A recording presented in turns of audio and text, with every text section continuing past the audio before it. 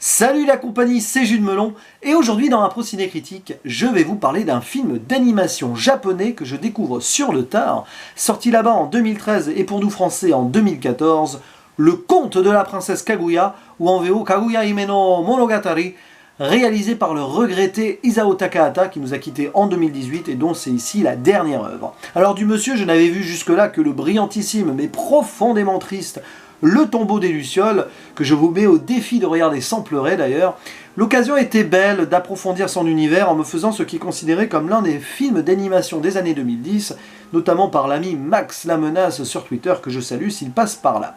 Film produit par les studios Ghibli, avec la musique de Joe Hisaishi. Bref, tous les voyants étaient ouverts pour que j'apprécie l'ensemble de ce conte qui nous narre donc l'histoire d'un coupeur de bambou, un paysan modeste qui un beau jour, en allant faire son travail, découvre une petite princesse minuscule qui pousse avec une tige de bambou. Incroyable, un moment fantasmagorique et improbable.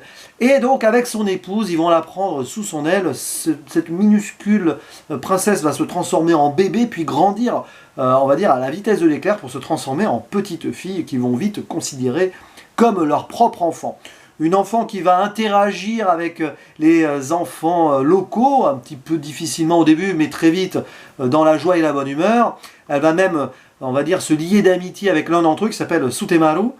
Et il va se passer d'autres péripéties qui vont faire qu'en fait le couple de paysans va, on va dire, confier leur fille, voilà, à une famille d'aristocrates parce que son destin serait de devenir princesse. Voilà, ils veulent faire d'elle une fille importante avec un destin particulier. Et donc la pauvre Kaguya, qui va avoir ce nom-là d'ailleurs lors d'une cérémonie de passage à l'âge adulte quand elle sera dans l'aristocratie, va devoir subir quelque part une vie qu'elle ne voulait pas. Mais en même temps, ce petit être venu de nulle part, est-il vraiment à sa place parmi les hommes? Donc ici, il y a même une mise en abîme et même une profondeur du coup de être à sa place ou non quand elle est intégrée donc, dans cette aristocratie de force. Elle n'a pas envie de vivre dans cette prison dorée à l'écart des regards parce qu'elle pourrait attirer trop les convoitises. Elle a une beauté lumineuse et en plus donc on va essayer de la forcer à épouser un homme. Il y a 5 prétendants, elle va faire tout en sorte d'ailleurs pour délayer ce moment-là de façon très subtile.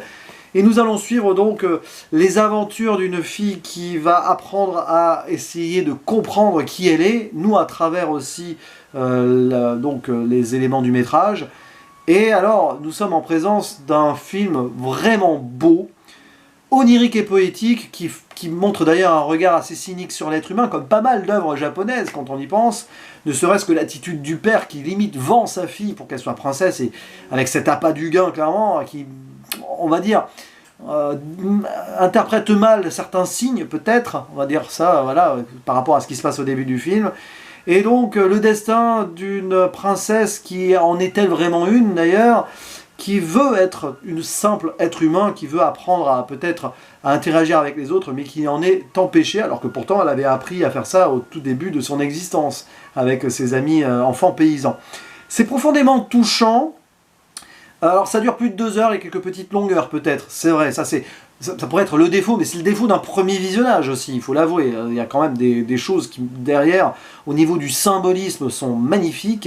Il y a un petit côté écologique aussi, forcément, comme dans beaucoup de films d'animation japonais, là aussi. On pourrait faire des parallèles avec Miyazaki, mais à quoi bon? Takahata, il a sa propre patte, ne serait-ce qu'au niveau de l'animation, c'est vraiment spécial. Il y a un trait particulier qui renforce pour moi d'ailleurs la beauté de l'ensemble. Il y a des moments mais de fulgurance ultime. Par exemple, il y a une scène de fuite, voilà, un personnage qui s'enfuit et tout, c'est magnifiquement bien animé, on s'y croirait, c'est profondément immersif, il y a beaucoup de moments comme ça. Voilà, les décors sont travaillés aussi.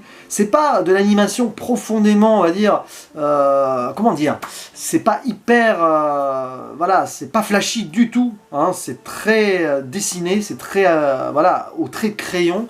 Mais je trouve que justement c'est d'autant plus profondément beau comme cela, et c'est parfait pour l'histoire qui nous est contée ici. Alors, peut-être qu'on peut reprocher, donc je disais certaines longueurs, mais voilà, et peut-être cette relation aussi qui est potentiellement intéressante entre Kaguya et Sutemaru, donc l'enfant qu'elle rencontre au début et qui grandira par la suite. Mais voilà, c'est aussi pour renforcer ce lien impossible, le fait que donc ce personnage principal ne peut pas vraiment interagir avec les êtres humains parce que tel n'est pas son destin de base. Et sur son origine, j'en dis pas plus, c'est révélé vers la fin. J'ai été surpris et désarçonné, pourtant quand on y pense avec le recul, voilà, on place des petits trucs comme ça, le symbolisme est présent. Et ça m'a... Ouais, sur le coup, j'étais là en disant « Ah ouais, d'accord !» Et puis la fin du film, on en est là, et j'avoue que là, quelques minutes, quelques heures en fait, parce que j'ai laissé passer un peu le temps entre la fin du métrage et cette vidéo, bref, quelques heures après avoir fini ce film, je suis encore un peu surpris par ce final, mais qui est terriblement marquant d'une certaine manière. Et oui, on est à deux doigts de verser sa petite larme. Si là, je ne l'ai pas versé parce que j'ai pas senti le truc venir, mais je pense que beaucoup d'entre vous qui ont vu ce film ont eu un énorme moment d'émotion lacrymale une fois arrivé à cette conclusion. Une œuvre, on va dire singulière pour le coup. Voilà, je pense que beaucoup de gens vont faire l'erreur peut-être de faire des parallèles avec Miyazaki. Oui, c'est Ghibli, oui, il y a Isaichi derrière dans sa partition musicale, mais encore, et encore, il nous fait du Isaichi différent, et c'est pas vraiment...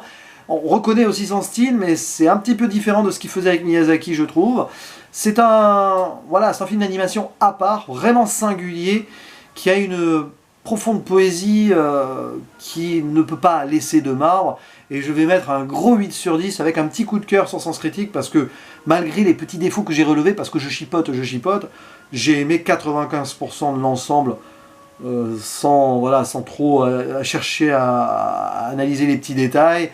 Je ne vais pas m'attarder sur les petits trucs qu'on peut voir qui peuvent établir certaines connexions avec la fin ou qui peuvent renforcer certaines thématiques. C'est un film qu'il faut découvrir vraiment au feeling et en étant totalement immergé dans l'ensemble. Vous voyez, je manque de mots précis pour marquer l'émotion que ce film a pu me faire ressentir, mais c'est bon signe. Oui, c'est l'une des meilleures œuvres d'animation japonaise des années 2010, et pourtant il y en a eu beaucoup, entre Makoto Shinkai ou encore Mamoru Hosoda, ou Keiichi Hara, voilà, et même Miyazaki lui-même. Bon, du coup, c'est quand même une œuvre que je vous conseille vivement, d'un réalisateur qui malheureusement s'est fait, on va dire, très rare sur la fin de sa carrière, puisque ce film-là a été son premier, et son dernier du coup, des années 2000 et 2010. Voilà, lui qui s'était fait reconnaître avant par des œuvres telles que Mes voisins et Yamada, ou bien sûr Le tombeau des Lucioles, mais et Pompoko, voilà. Deux d'entre eux que je n'ai pas vus, vous l'aurez compris par rapport à mon introduction. Bref, Le conte de la princesse Kaguya, foncez si vous aimez l'animation japonaise et que vous l'avez pas encore vu comme moi, c'était le cas il y a encore quelques heures. C'est vraiment brillant. Je vous dis à la prochaine. Ciao.